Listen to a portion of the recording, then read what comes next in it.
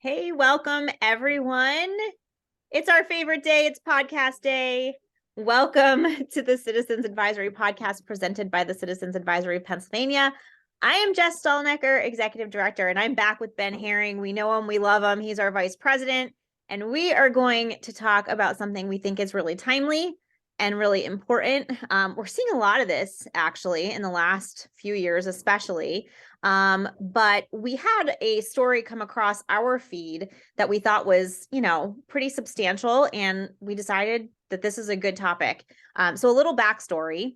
In June, the White House announced that the Department of Education Office of Civil Rights will begin informing districts on how reviewing and removing books from schools challenged by parents can create a racially and sexually hostile environment in violation of federal law. So, first of all, what's your initial thought on that, Ben? And then we'll move on into our topic.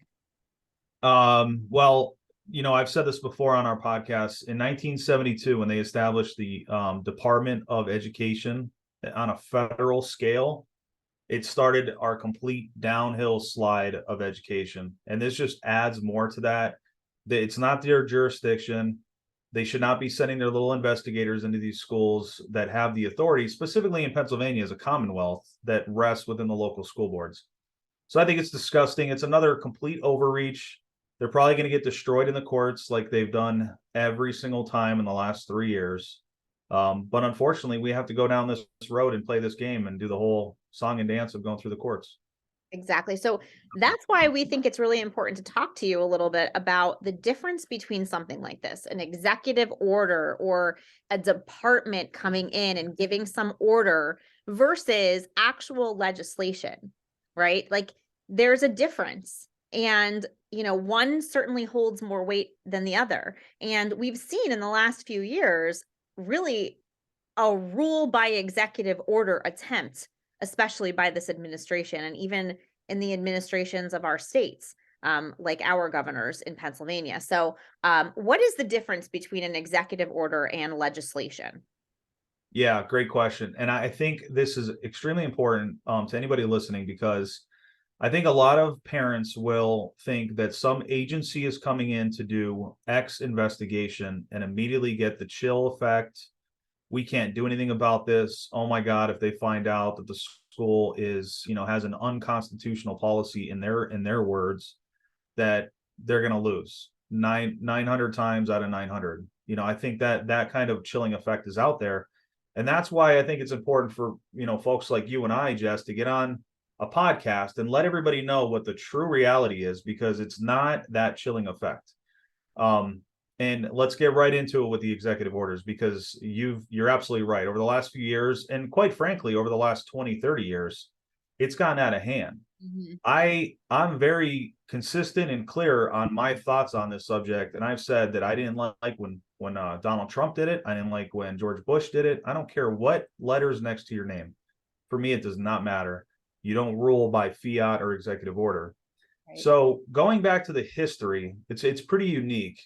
George Washington was in office for 8 years. Do you know how many executive orders George Washington gave out? I am not sure the exact number, but I remember seeing something about this right after Biden signed all of his, like the day after he was inaugurated. Yeah. But it's like 1 or 0. It was one per year. So he ended with 8 total orders, and it was 1 per year. After him, John Adams, he was in office for 4 years. His total amount of executive orders was 1. Mm-hmm. Here's kind of the anatomy of these executive orders. And our founding fathers, obviously, they're the ones that wrote all of our documents. They had a vision. So much was rooted in common sense and the greater good of Americans, right. Which we've completely gotten off that foundation. But for an example, if July 4th is on a Tuesday and July 3rd obviously would be on a Monday, A president can sign an executive order giving all the entire federal workforce that Monday off. So that could be an executive order. So let's make sure there's context to this. Mm-hmm. So literally, if George Washington and John Adams and Jefferson and all the, presidents from way back in the day were giving executive orders, they were along those lines. They were along the lines of being the CEO of the executive branch, which that's truly, what the president position is. So it's basically taking care of your own workforce, and you have to give an official formal instruction to somebody to give out, quote, an executive order. Mm-hmm. That's where all this started way back in the day. And that's how it was for a long time until some idiot president decided, and I don't know which one it is, and I don't care to even research that because it doesn't matter. Right. Decided that when I have an impasse in Congress and I can't get a law passed that's conducive to my policy wants, then I'm just going to throw out an executive order and make everybody do what I tell them to, which is a dictator mentality. Right. So context again, Barack Obama averaged 35 executive orders a year. George Bush, 36 a year. Joe Biden right now is on track for, well, he's got 48 a year. So we're looking at 170-ish by the time he's done with his term. And the problem is, and again, the numbers can differ, but the substance is where we have the biggest change in our shift in our culture with these executive orders. They're now being vaccine mandates where you must take an experimental, vaccine. They are, if you're an employer, you must do what the federal government tells you to do, or else we're going to pull X, Y, and Z. So the substance of these executive orders has gotten insane, and it's way, way overstepping. And the courts have stepped in, and we're certainly going to talk about that. But to be clear, legislation, real simple stuff. You elect your representatives. They go down to a nice building down in Washington, D.C. Somebody crafts a bill. It comes up. The legislators vote on it. If it passes everything, it becomes a law. Then you follow the law. Mm-hmm. Executive order is one person that sits down at a little tiny desk and signs something and says, you shall do this now because I signed it. Which doesn't sound American to me. American. The first thing that came to my head is something that we say all the time, is that elections have consequences, right? So it's really important, because the next topic I want to kind of get into is like how the legislative bodies can stop this. But we have to first elect officials that are going to legislate based on the wants of their constituents. So I think that that's really important too, because we're seeing that elections have consequences probably more than ever before. So let's just say we get, elected officials in there who are going to do their jobs the right way. What can the legislative bodies do to stop this overreach on these executive orders? Yeah, another great question. So we know dictators have a certain mentality, so they're not going to go down without, swinging and being as scummy as they could be. So there's two ways to do it. And I think the way that's more effective, in my opinion, is the power of the purse. So of course, founding fathers, once again, they created Article 1, 2, and 3. The powers vested in all the different branches of our government. And the power of the purse was, entrusted with the legislative branch. Thank God. And what they can do is, let's just go back to this last election, right? The House turned red where it was blue for the last few years. And I think that was an indictment on the policies of the executive branch being completely out of touch with the American people. Yeah. And it was to put a check and balance in there, right? If anything, it was to put a check and balance in there, and put a stop to some of the pain. But another thing too is that the House and the Senate of the legislative branch, they have the power of the purse. So the quickest way to kill an executive order is to defund it. So if president comes out and says everybody has to wear a yellow shirt on Friday, I always use that analogy because it's so ridiculous that it makes sense to this topic. Congress can come out and pass a law saying nobody will be forced to wear a yellow shirt on Friday. It becomes a law. A law in the eyes of the court system is always going to be an executive order. Yes. So you pass legislation that basically takes, gets it out of there, or you defund it. Those are the two ways. If you have legislation, really quick on that, you have to have veto proof numbers, and that's where it gets really tough. That's why I said defunding it is easier, because you only need a simple majority to basically restrict funding. So, in this case with the yellow shirts, the House would basically pass a package that says we will not, like, we're restricting funding down to $0. Yeah. Or any yellow shirt stuff. You know what I mean? So you kill it, you choke it off with funding. I think that's the quicker and the easier way, because of the veto proof issues that you have when you want to pass legislation. Real quick on that. So you pass it, goes through the House and the Senate, it goes up to the president dictator. Well, because he already put the executive order out there, what do you think he's going to do? He's going to veto it. Correct.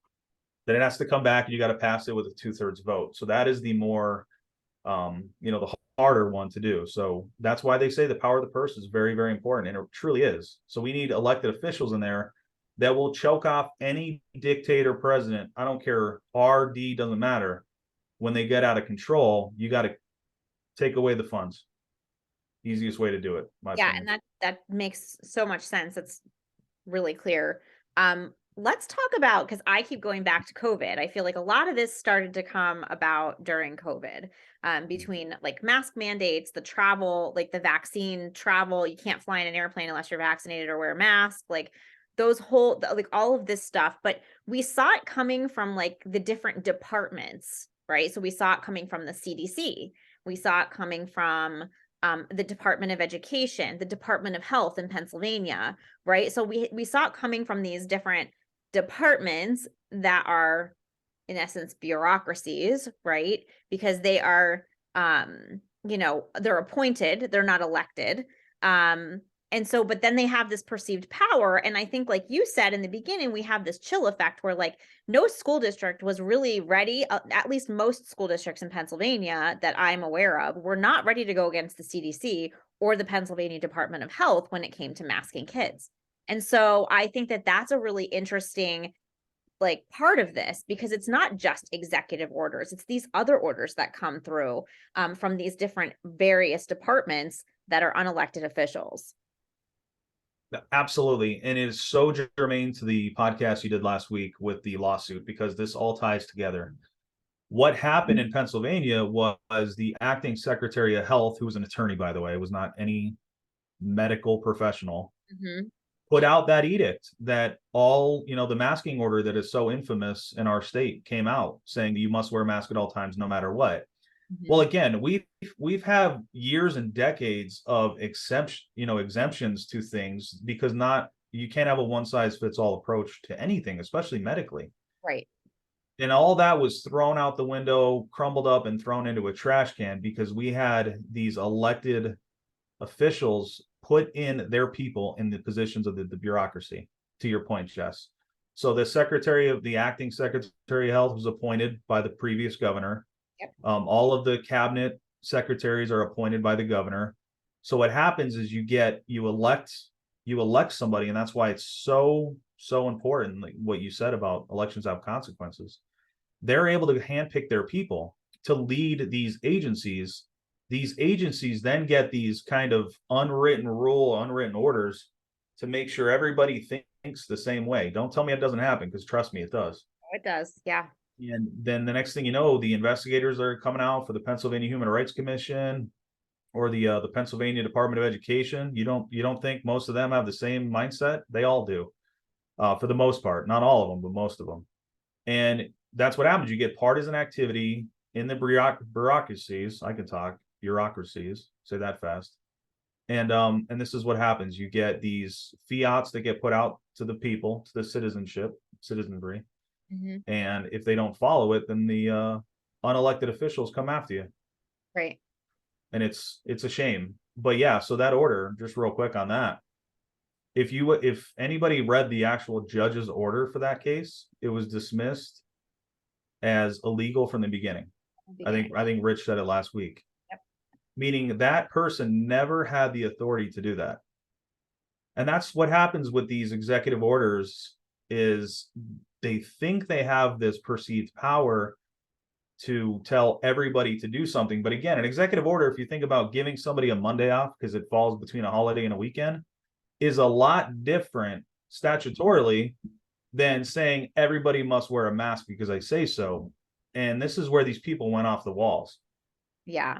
And this is where it really came to light for everyone, I think. I mean, for people that were paying attention. It just is crazy to me how, I mean, I was even afraid like to go and stand up at my school board meeting and question the orders that were coming down from the CDC, right? Like it's that's intimidating. But now as we're starting to learn more about this, especially, in layman's terms, things, I'm not a legislator, I'm not a politician.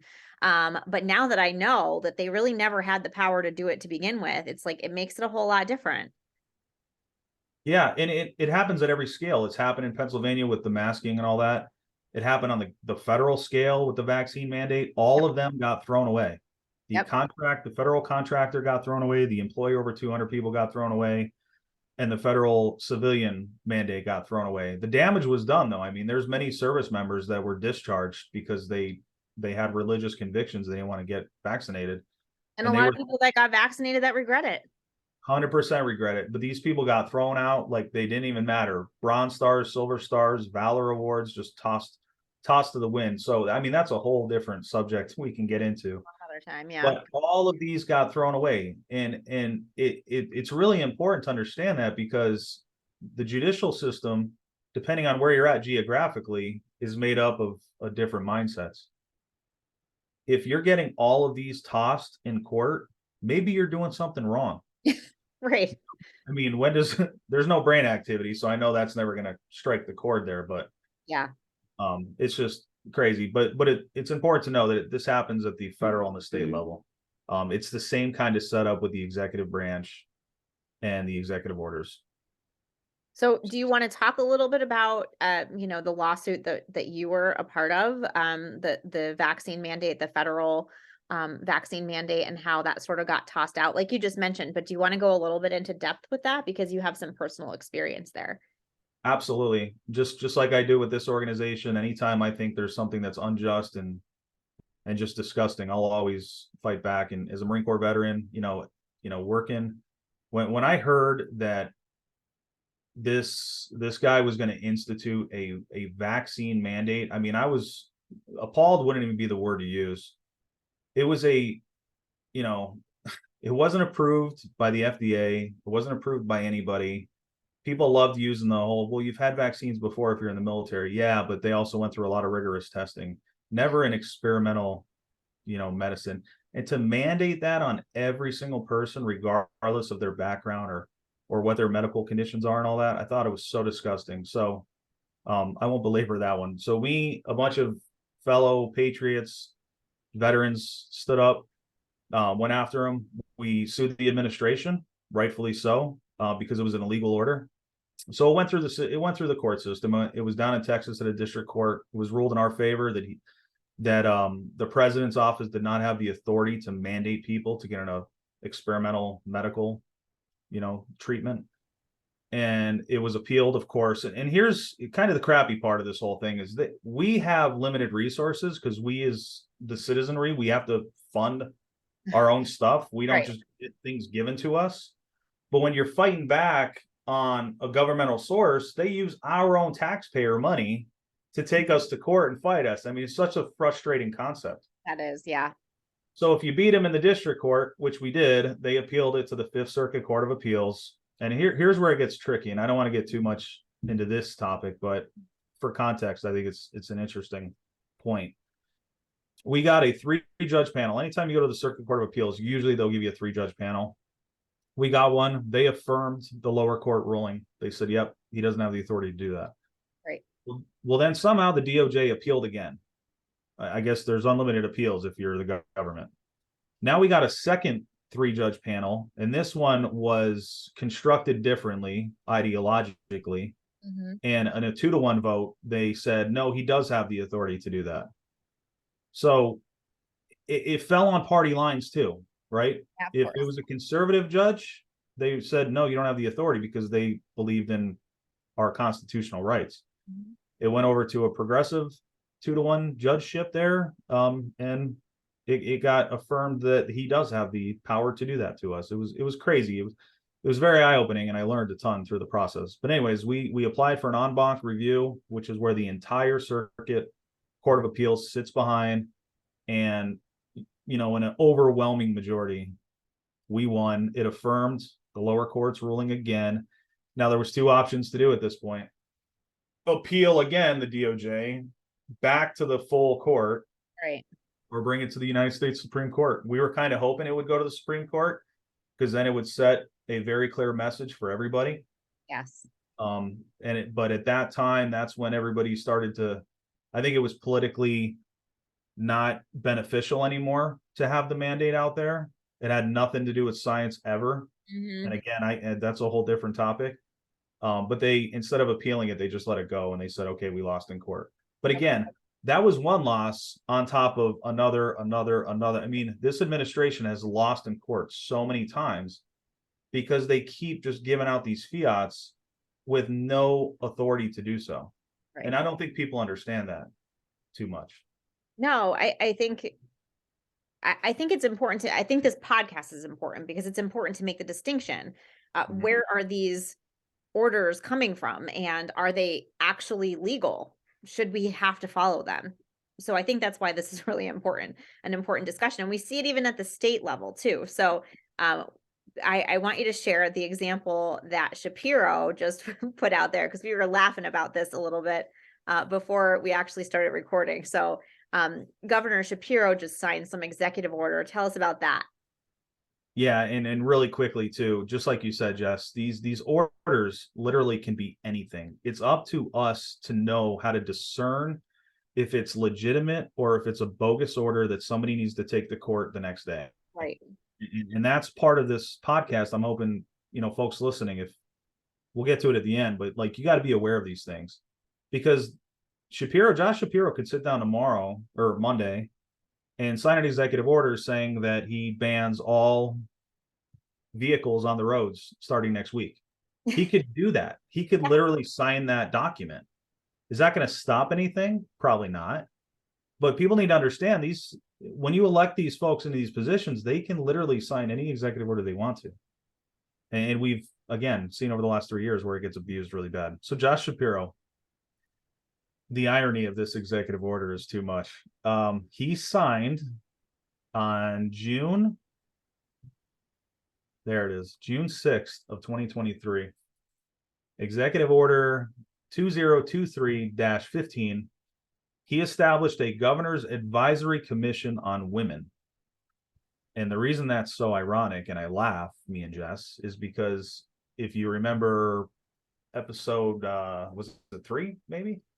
2 or 3? One of those. We talked about... And no, HB 300. I think it was episode 2. You're right, episode 2. We talked about this executive order that Governor Wolf put in place, and that corresponded with another bureaucratic organization that asked for a rule change in the state of Pennsylvania to change the definition of sex to include gender identity and expression and sexual orientation. So now when you're talking about somebody's sex in the state of Pennsylvania, if you're listening to the agency only, it's a very open meaning now. It's not just your biological sex. Right. Real weird stuff.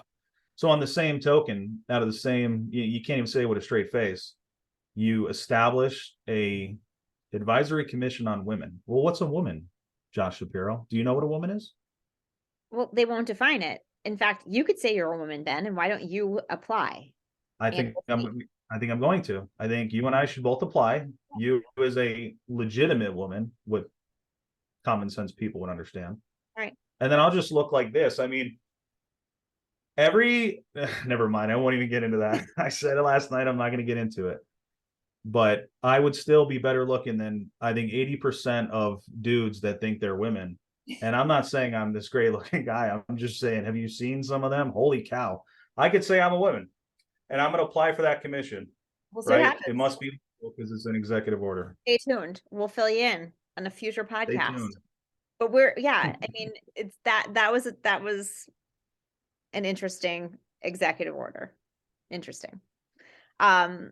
So one last thing I want to talk about, because you and I talked a little bit about the fact that there is actually even some contradiction in executive orders versus other things that have been, um, put in place by this administration. And we have one having to do with the school boards in Pennsylvania and how the China virus showed us that the power is held locally, but then there were other orders that were coming down. So like, let's talk about the contradiction there.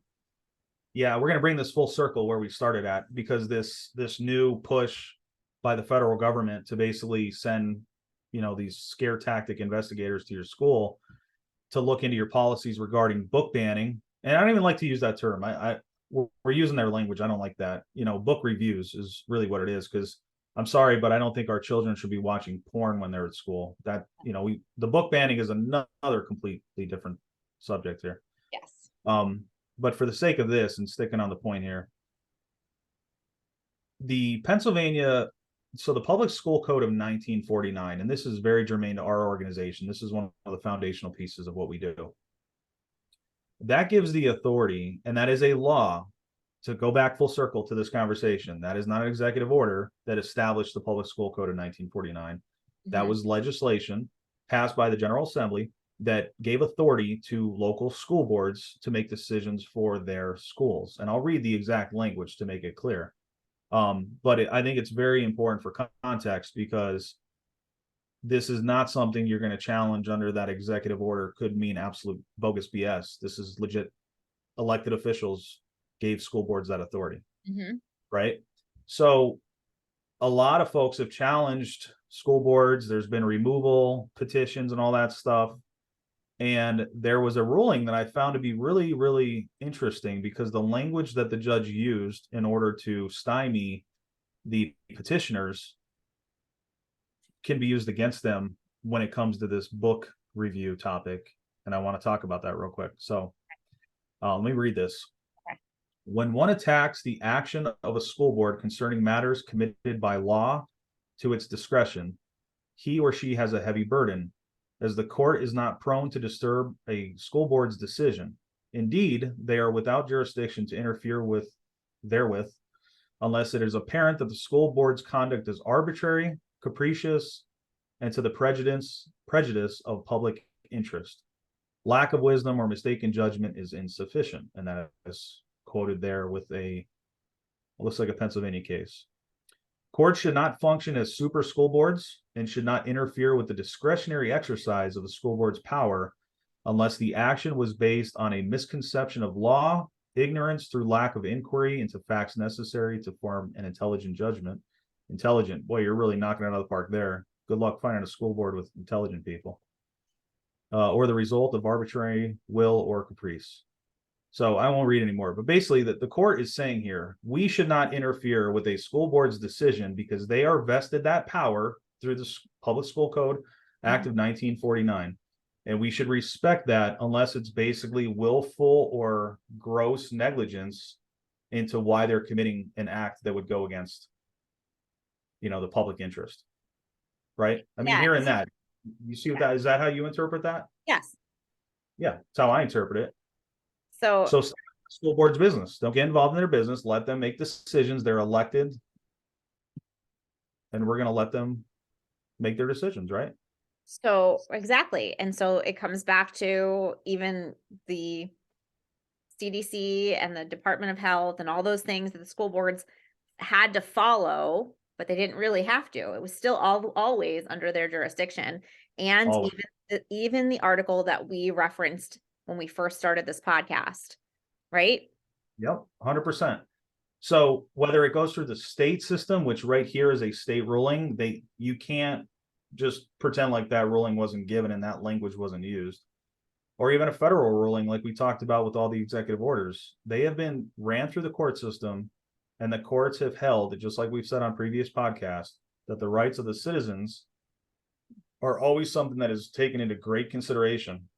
So if you have some bureaucracy coming in there saying, you must be afraid of us because if you're, quote, banning books, we're going to investigate you for federal crimes and all this stuff. people need to just be smart enough to know that that is literally just a scare tactic. It's politics. It will never hold weight in a court of law unless you can prove that somebody's removing books strictly because they are a diehard bona fide racist. Right. And I've seen a lot of school boards that are doing the right things, like a Central Bucks West and all that stuff. And you can hear the superintendent. I don't see racism anywhere there. I see common sense, folks that are in charge of our children when they're in school that are trying to protect them from this disgusting content. Yeah. So good luck going to a court and trying to prove that they're in there as racist or whatever they're trying to say. I don't even know. I don't pay any attention to it because it's garbage. Right. So we always like to end with some encouragement and some like tips for our listeners, because I think, again, we're getting smart on this. I think, as you know, if you're listening to this podcast and you've maybe been familiar with us, I know we're getting smarter as an organization all the time, but hopefully, you know, as far as our group of individuals and our listeners, we're all getting smarter together. So what would you say to our listeners as kind of a final message of encouragement? Yeah, great question. I mean, when it comes to this matter, again, we have 8 priorities. We've talked free speech. We've talked Title IX. These are things that we will always, all 24/7, we're going to fight back on. Yep. This is just as important as well, because this is adherence to the law, and this is part of our priorities. So don't think, and I think for me, it was eye-opening too. Don't always think that what, you know, I go back to the chilling factor a little bit, Jess, but it's like, don't always think that just because some agency is walking into your school that they know exactly what's going on, what the rules are, and they're the, you know, the arbiter, and they're going to make sure that they're the only decision there, right? Right. Don't forget that there's balances of power in our government, and that just because an executive branch person comes into your school doesn't make them right. Right. Just because they're the government doesn't make them right. So get educated. And if there's any questions about any of this stuff, to include, if this stuff starts happening, I just posted, you know, 2 days ago on social media on this. This is one that we will strike quick. Yep. Because if a school gets threatened that they're going to be under investigation, or God forbid, did you see what happened in California, where Gavin Newsom just fined a school $1.5 million because they would not accept his curriculum, which was full of sexually explicit material? That's the kind of stuff, like, know that we're here. We're growing every single day. We're not going away. We're getting smarter, like Jess said. We're also getting, you know, larger. We're growing. So reach out to us if there's any questions whatsoever on the authority of a school board, if you think there might be something that's illegal that's happening. And of course, for the subject of this podcast, if this book review thing starts becoming an issue, we want to hear from you. We want to hear from you quick, because we want to strike on this one. Absolutely. So that's where you just go to our website. So if something like this happens in your district, you can always file a citizens report with us. So you would do that by going to our website, which is citizensadvisorypa.com. And you would just fill out the form that says, you know, submit a report or submit an incident, I think is what the button says on our page. And then we investigate it for you, and we will take action. And so that's where Ben is, you know, speaking on our behalf. You know, we want you to come to us if something like this is going on in your district. Well, thanks. That was a really good discussion. I mean, I learned a lot, and I know our listeners probably learned a lot too there. So as always, you can check us out on our Facebook page and on our Twitter account, which is Citizens Advisory of PA. Our website is just citizensadvisorypa.com. And if you're enjoying these podcasts, of course, please like, subscribe, share far and wide. We want people to get smart on these topics for sure. And we just appreciate you listening. So thanks, Ben. Try not to say bureaucracy 3 times or quickly, because you sound like a bozo like me, but all good. Yeah. Thanks, Ben. We'll talk to you guys next week.